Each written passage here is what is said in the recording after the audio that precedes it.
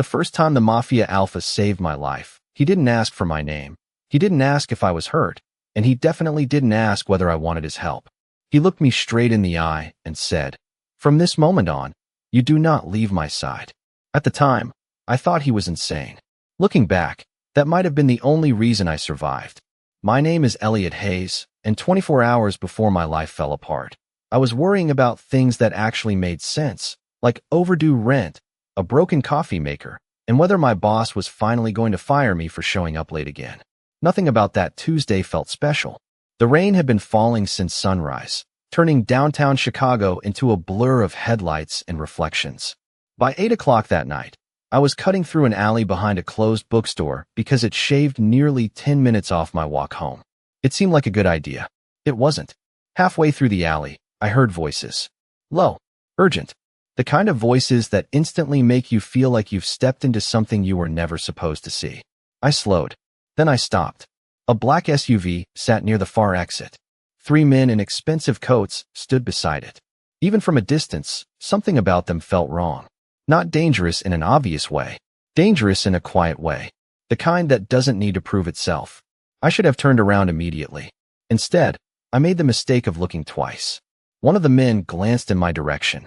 Our eyes met for less than a second. My stomach dropped. Every survival instinct I possessed screamed at me to move. So I did. I walked away as calmly as possible, forcing myself not to run until I reached the street. Then I ran. By the time I reached my apartment building, my lungs burned and my heart felt ready to punch through my ribs. I told myself I was overreacting. People met in alleys all the time. Maybe it was business. Maybe it was nothing. I almost believed it too. Until my phone rang. Unknown number. I answered without thinking. Wrong place. Wrong time, a voice said. Then the call ended. I stared at the screen. A cold wave crawled down my spine. 5 minutes later, someone knocked on my apartment door. Not once. 3 slow taps. Deliberate. Patient. I froze. Nobody visited me at 10 o'clock on a Tuesday night. The knock came again. My apartment suddenly felt too small. Too quiet. I backed away from the door. Then my phone vibrated with another message. Run. Just one word. Nothing else. My pulse exploded. I grabbed my jacket and headed for the fire escape without stopping to think. Rain slapped my face the second I stepped outside. The city blurred around me. I made it halfway down the block before headlights swept across the street. A black sedan rolled to a stop beside me. The rear door opened. A tall man stepped out. Dark suit. Dark hair. Sharp features that looked carved from stone. Everything about him radiated calm authority. He studied me for a moment, then looked past me towards something behind my shoulder. His expression hardened. Get in the car, Elliot. I stumbled backward. How do you know my name? His gaze never left whatever he was watching behind me. Because they found you first. Then, for the first time, his eyes locked onto mine. Cold. Intense. Certain. And if you want to stay alive, he said, you're coming with me. Every instinct told me not to get into that car. Unfortunately, every instinct was currently losing an argument with pure panic. Rain dripped from my hair as I stood frozen on the sidewalk, staring at the stranger who somehow knew my name. The city noise seemed to fade around him. Cars passed. Traffic lights changed. People hurried along the street. Yet none of it felt real. The only thing that felt real was the certainty in his voice. Not confidence. Certainty. Like he already knew what would happen if I made the wrong choice. The rear door remained open. Waiting. I looked over my shoulder. Across the intersection, a dark vehicle sat parked beneath a streetlight. Maybe it was nothing. Maybe it was not. The man followed my gaze and sighed quietly. You have 5 seconds, Elliot. I hated that he sounded more annoyed than worried. Who are you? I asked. Damien Russo. The name meant nothing to me. Apparently it should have. A passing pedestrian glanced toward us, recognized him instantly, and immediately looked away. Not nervous. Careful. The kind of careful people become around power. Damien checked the time on an expensive watch and then looked back at me. 3 seconds. You always threaten strangers? I asked. One corner of his mouth twitched. It was not quite a smile. Only the stubborn ones. A flash of lightning illuminated the street. Thunder rolled overhead. Then another message appeared on my phone. Unknown sender. He is too late. My stomach dropped. Damien noticed the expression on my face. Whatever patience he had left disappeared. He stepped forward, gently but firmly took my wrist and guided me toward the vehicle. Get in. For some reason, I did. The door closed behind me with a solid click. The interior smelled faintly of leather and cedar. Warm, quiet, safe, which made absolutely no sense considering I had just climbed into a car with a complete stranger. Damien slid into the seat across from me. The vehicle pulled away immediately. No driver introductions. No conversation. Just motion. Downtown lights blurred beyond the rain-streaked windows. I clutched my phone tightly. Are you going to explain anything? I asked. Eventually. That is not an answer. It is the only one you are getting tonight. I stared at him in disbelief. He stared back without blinking. Up close, he looked even more intimidating. Early 30s. Dark hair. Sharp jawline. Tailored black suit. Everything about him appeared controlled down to the smallest detail. Meanwhile, I was soaked, exhausted, and one emotional breakdown away from screaming into a throw pillow. You kidnapped me, I said. I rescued you. That feels debatable. Not from where I am sitting. The car entered a private underground garage beneath a towering glass building overlooking the river. My apartment looked like a storage closet compared to this place. An elevator carried us to the top floor. When the doors opened, I found myself staring into what could only be described as a penthouse designed by someone with unlimited money and very little interest in impressing people. Clean lines. Floor-to-ceiling windows. City lights stretching for miles. Beautiful and strangely cold. Damien removed his coat and handed it to a waiting employee. You will stay here for now. For now, I repeated, until the threat is gone. What threat? He finally stopped walking. For the first time, something serious flashed across his expression. Not fear. Concern. The kind that appears when someone knows more than they wish they did. The people looking for you are not going to stop, Elliot. Silence settled between us. The city glittered beyond the glass. Somewhere far below, Chicago continued as if my life had not just been turned upside down. Then Damien spoke again, his voice lower this time. And until I know why they want you, you are not leaving my sight. The next morning, I woke up convinced the entire thing had been a stress-induced hallucination. Then I opened my eyes and found myself staring at a skyline view worth more than my entire apartment building. So much for that theory. For a few seconds, I lay still beneath impossibly expensive sheets, listening to the distant hum of Chicago waking up. Then reality returned all at once. Strange messages. Unknown enemies. Damien Russo. None of it made any sense. I got dressed in the clothes someone had somehow placed in the guest room overnight and headed downstairs. The penthouse was quiet except for the faint sound of a coffee machine. Damien stood near the windows, one hand resting in his pocket while he read something on a tablet. Morning sunlight poured across the room, turning the glass towers outside into columns of gold. He looked exactly the same as he had the night before. Calm, controlled, untouchable. Do you ever sleep? I asked. He glanced up briefly. Enough. That is not an answer either. You ask a lot of questions.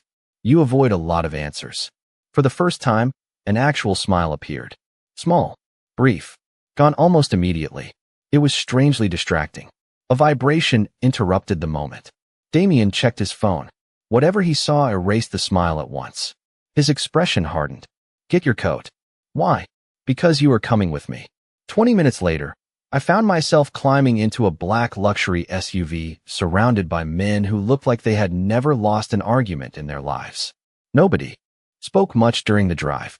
The entire situation felt surreal. Less than 24 hours ago, I had been worrying about rent. Now I was apparently traveling with a private security team. This is insane, I muttered. Damien looked up from a file. Probably. That is your reassuring response. You are still alive. I consider that reassuring. The vehicle eventually stopped outside a charity luncheon being held at one of the city's most exclusive hotels. Valets hurried across the entrance. Cameras flashed. Well-dressed guests moved through the revolving doors. I immediately turned toward Damien. There is no chance I belong here. You belong wherever I say you belong. That sounded incredibly controlling. It was meant to. Before I could respond, his attention shifted beyond me. His gaze narrowed. Instantly, two nearby security personnel adjusted their positions. The change was subtle but impossible to miss. Something was wrong. As we entered the ballroom, conversations softened around Damien's arrival. Not stopped. Softened. like people were careful about how loudly they existed near him. Then I noticed the ring on his right hand. Black metal. Elegant. Unmistakable.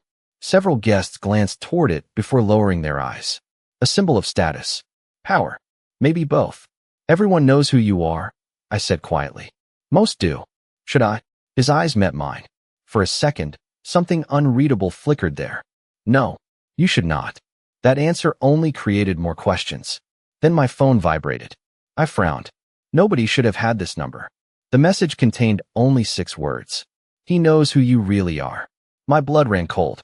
I stopped walking. Damien noticed instantly. Elliot. I handed him the phone. His jaw tightened as he read the message. Not dramatically. Not visibly enough for anyone else to notice. But I noticed. Because for the first time since meeting him, Damien Russo looked genuinely concerned. And that frightened me far more than the message itself. For the rest of the luncheon, I could not stop thinking about the message. He knows who you really are. The words looped through my head like a song I never wanted to hear again. Damien, meanwhile, acted as though nothing had happened. He spoke with investors, greeted city officials, and carried himself with the effortless confidence of someone who had spent his entire life being the most powerful person in every room. I stayed close, partly because he insisted and partly because I was beginning to suspect that wandering off would be a terrible idea. Unfortunately, staying close came with its own problems. People noticed me. They noticed me a lot. Curious glances followed us wherever we went. Whispers floated through the ballroom. Some were subtle. Others were not. Who is he? Someone asked nearby. No idea. He certainly does not belong in this crowd. That one stung more than I wanted to admit. Maybe because it was true. I was not a billionaire. I was not famous. I was a guy who had spent the previous week comparing grocery store prices and praying his landlord would not raise the rent again. Then things became worse. A familiar voice called my name. I turned and immediately wished I had not. Ryan Mercer stood 10 feet away holding a champagne glass. My ex-boyfriend. Of all the people in Chicago, why him?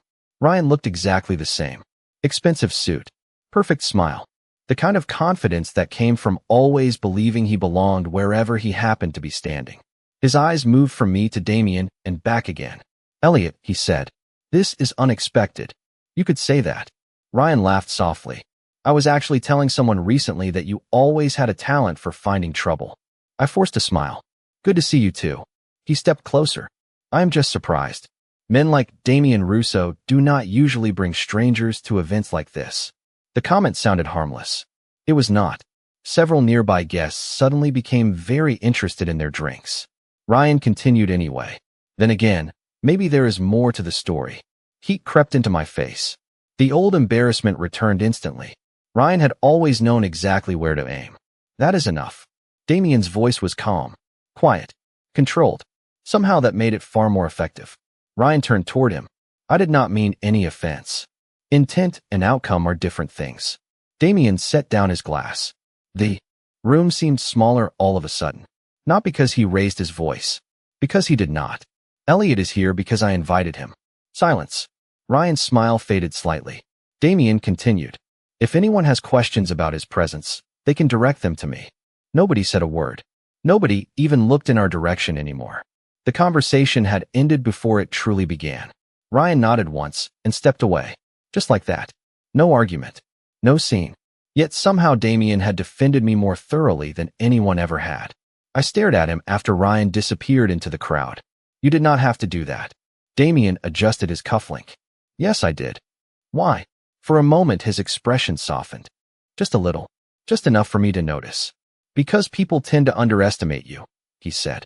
Then his gaze shifted toward something across the ballroom. The warmth vanished immediately. And because someone in this room is watching us. My pulse stumbled. What? Damien did not look away from the crowd. Smile, he said quietly. And whatever you do, do not turn around yet. Every muscle in my body locked. Smile, Damien had said. Do not turn around. Naturally, that made me want to turn around more than anything. I forced a nervous smile and reached for a glass of sparkling water from a passing tray. My hand shook slightly. Damien noticed. He always noticed. Relax, he said quietly. You look like you are preparing for a hostage negotiation. That is because this feels like a hostage negotiation. To my surprise, a faint laugh escaped him. The sound was brief but real. Then it disappeared as quickly as it came. Stay close. Before I could ask another question, a man approached from across the ballroom. He was older, silver-haired, and carried himself with the confidence of someone accustomed to being obeyed. Several guests immediately stepped aside for him. Damien's expression cooled by several degrees. The man stopped in front of us and studied me openly. So this is Elliot Hayes. My stomach tightened. You know me? I know of you. The answer was somehow worse. His attention shifted toward Damien. You should have told him. Silence.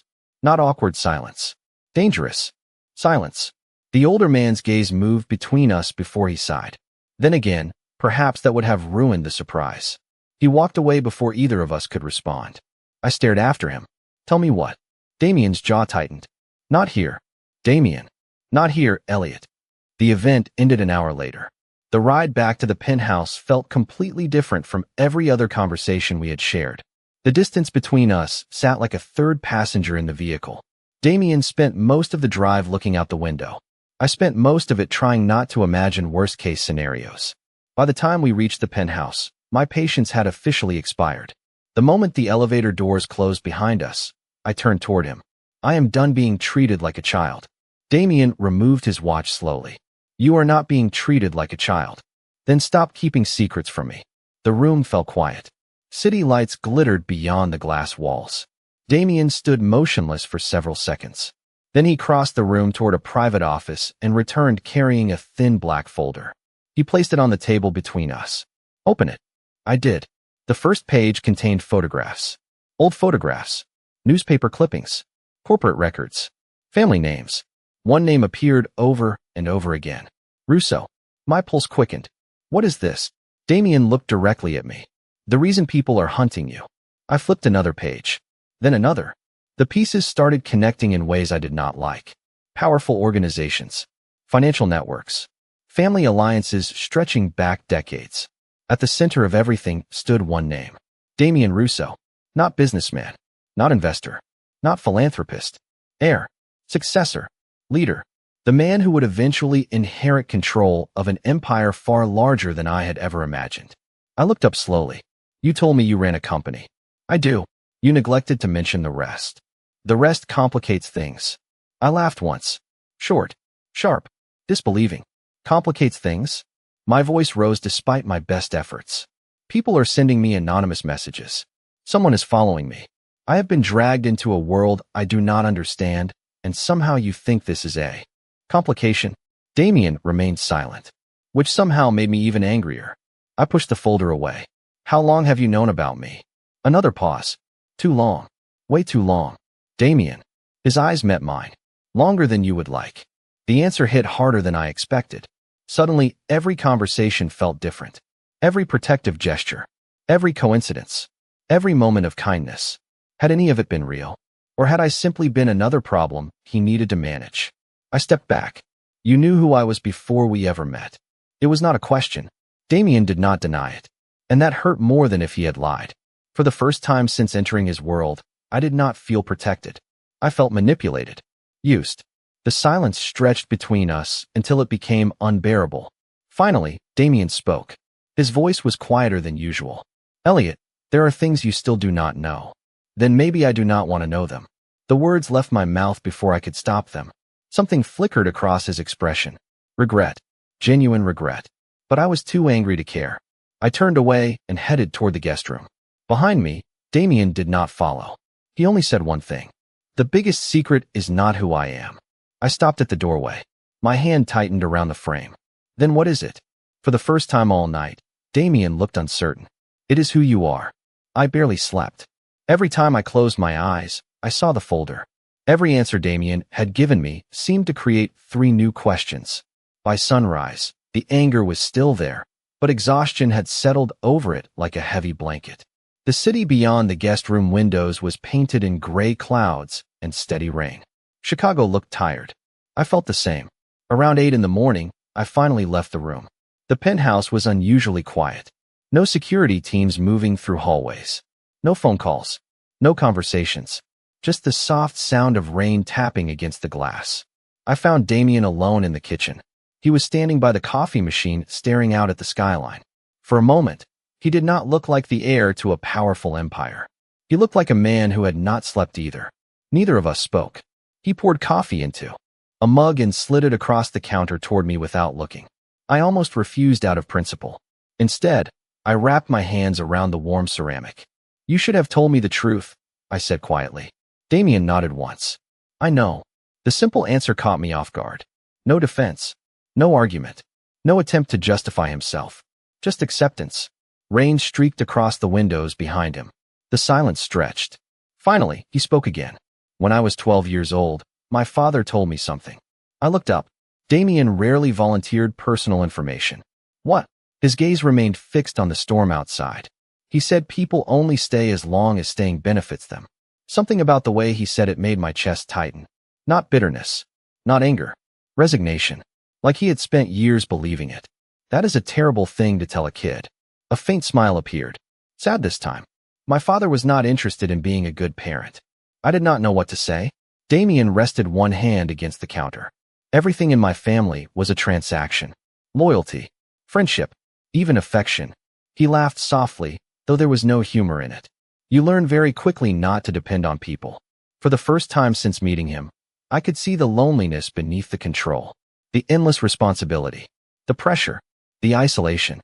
Suddenly, the enormous penthouse felt less like a luxury and more like a very expensive cage. My anger softened despite myself. That sounds miserable. It was efficient. That is not the same thing. Damien looked at me then. Really looked at me. The stormy light reflected in his eyes. "No, it is not." Another silence settled between us, but this one felt different. Less sharp. Less defensive. Human. My phone buzzed suddenly on the counter. Both of us froze. Unknown number. Again. A photograph appeared on the screen. An old photograph. A young man standing beside someone I immediately recognized. My father. My pulse stumbled. The message beneath the image contained only one sentence. "Ask Damien what your father stole." The color drained from my face. Damien stepped closer instantly. "Elliot." I handed him the phone. The moment he saw the photograph, something changed. Not panic. Not fear. Recognition. The worst possible reaction. I stared at him. "You know exactly what this means, do not you?" Damien remained silent for several seconds. Rain hammered against the windows. The city vanished behind sheets of gray. Finally, he exhaled slowly. "Yes." My stomach dropped. "And my father?" Damien's expression tightened. "Your father was never the target." The room seemed to tilt beneath me. "Then who was?" Damien looked directly into my eyes. His answer came almost as a whisper. "You were." The next 48 hours passed in a haze of unanswered questions. Damien refused to explain everything at once, claiming it was safer that way. I hated that answer. Unfortunately, I was starting to suspect he was telling the truth. The anonymous messages stopped. That should have made me feel better. Instead, it made me nervous. Silence felt intentional, like whoever was behind this was waiting for something. The waiting ended on Friday night. Damien was scheduled to attend a high-profile fundraising gala hosted by several influential families. Under normal circumstances, I would have happily stayed home. Under current circumstances, apparently that was not an option. The ballroom occupied the top floor of a luxury hotel overlooking Lake Michigan. Crystal chandeliers reflected across polished marble floors. A string quartet played softly near the windows. Wealth and influence filled every corner of the room. Damien moved through the crowd with practiced ease. I stayed close enough to satisfy his security team while trying not to attract attention. It worked for almost 20 minutes. Then every phone in the ballroom vibrated at exactly the same time. A ripple of confusion spread across the room. Conversations stopped. Faces lowered toward glowing screens. My own phone buzzed in my pocket. A message had arrived from an unknown sender. Attached was a file. Before I could open it, I noticed people staring at me. Not curious stares. Judgmental ones. The kind that make your stomach sink before your brain understands why.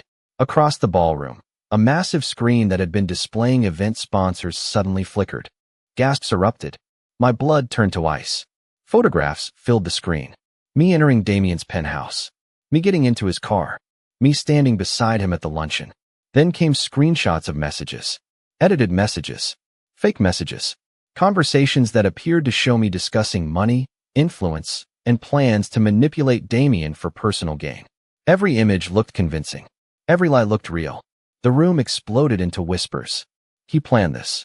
He targeted Damien. I knew something felt off. My chest tightened. Those messages are fake. Nobody seemed interested in hearing that. Another document appeared on the screen. This one looked even worse. A fabricated agreement.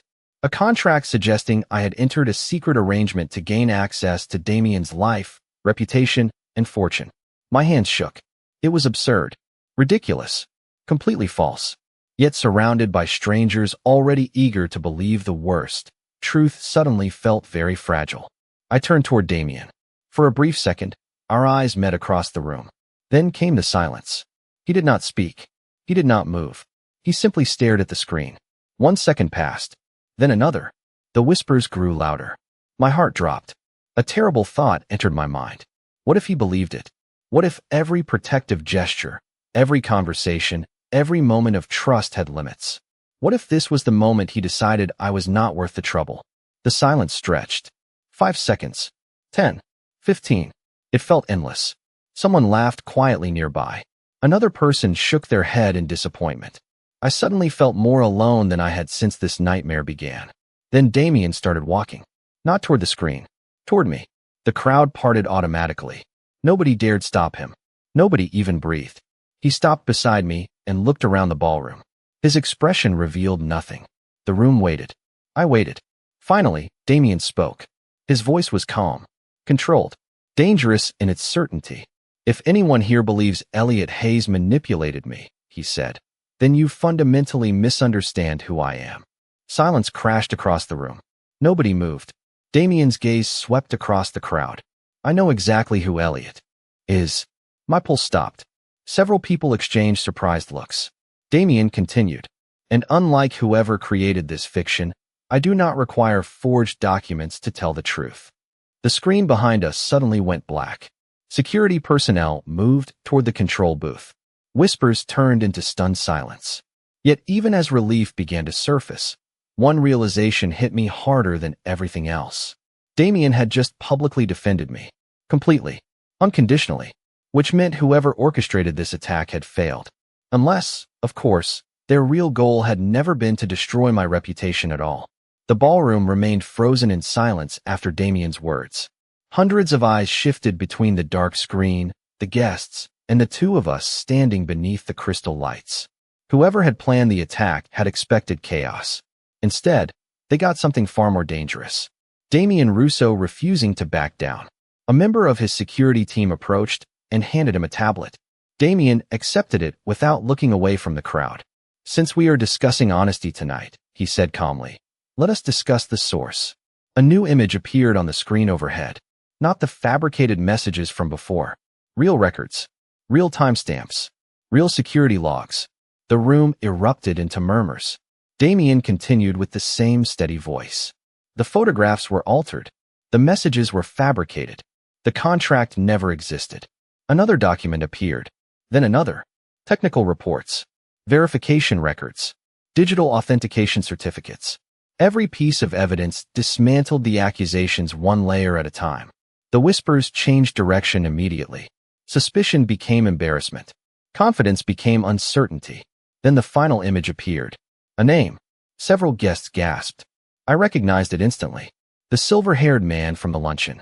The same man who had told Damien he should have revealed the truth sooner. His expression remained calm, but the color had drained from his face. Damien finally looked directly at him. You spent months creating a narrative. His voice never rose. You hoped Elliot would become isolated, distrusted, vulnerable. The man attempted a smile. You have no proof I ordered any of this. Damien tapped the screen once. A chain of financial transfers appeared. Consulting payments. Offshore accounts. Communication records. Nothing dramatic. Nothing sensational. Just facts. Clean. Precise. Impossible to argue with. The room fell silent again. This time the silence belonged to Damien. The older man realized it too. For the first time all evening, he looked uncertain. You are making a mistake, he said quietly. Damien shook his head. No. Then he glanced toward me. Just for a moment. Yet somehow that brief look carried more weight than every speech in the room. The mistake was assuming I would abandon someone because public opinion demanded it. My chest tightened. Around us, cameras had begun recording. Guests stood perfectly still. Nobody wanted to miss what happened next. Damien stepped forward. Many of you believe Elliot appeared in my life unexpectedly. His gaze swept across the ballroom. That is true. He paused.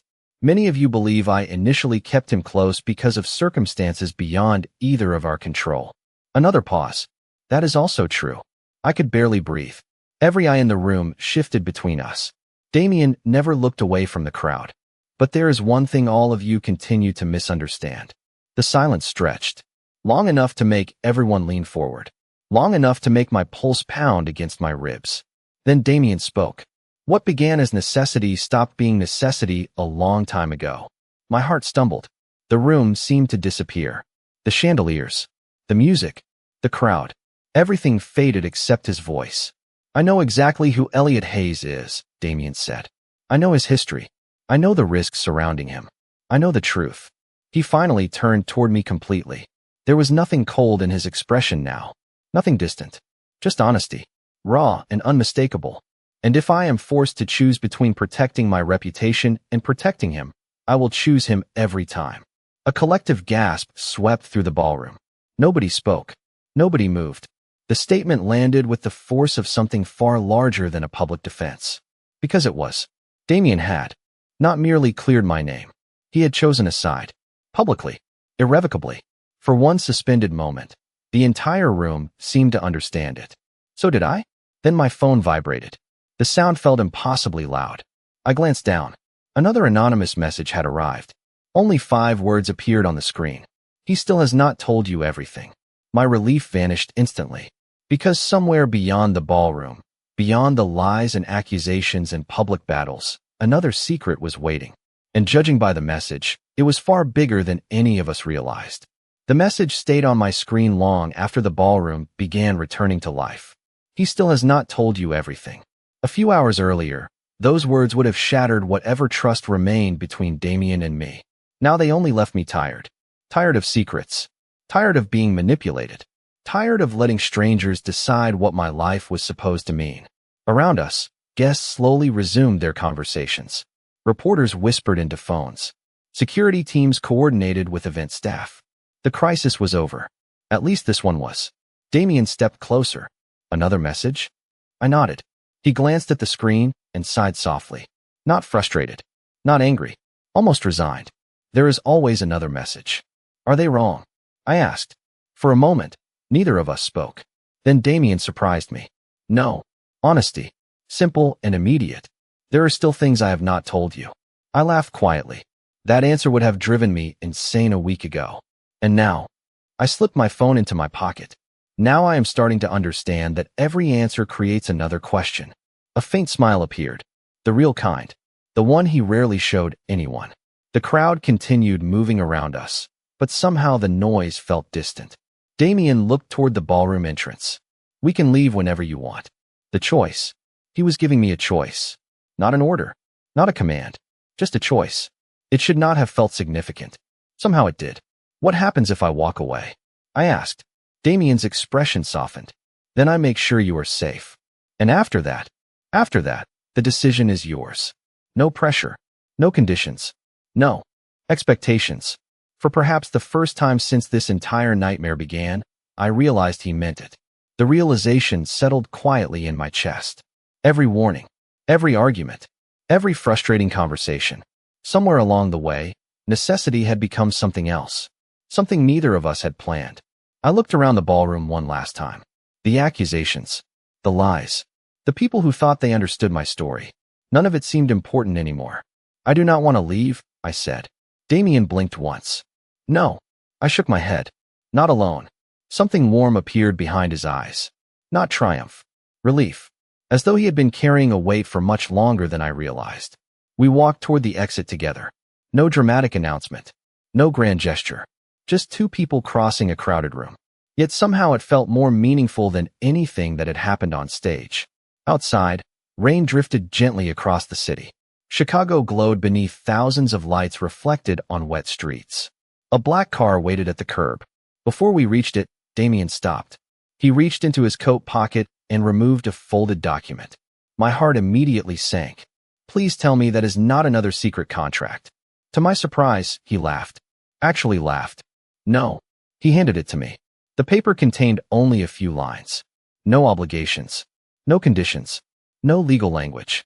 At the bottom was a single sentence. A promise. Complete honesty from this point forward. I stared at it. Then at him. This is your idea of romance. Damien looked entirely serious. It seemed practical. I shook my head, smiling despite myself. You are unbelievable. I have been told that before. I signed my name. Damien signed beneath it. Not because either of us needed a contract anymore. Because it marked a beginning instead of an arrangement. As we stepped toward the waiting car, our hands brushed briefly. Neither of us pulled away. The city stretched endlessly ahead, full of unanswered questions and unfinished stories. But for the first time, neither of us had to face them alone. And as the car disappeared into the rain-lit streets, I realized something unexpected. The safest place I had ever been was no longer a location. It was the person sitting beside me.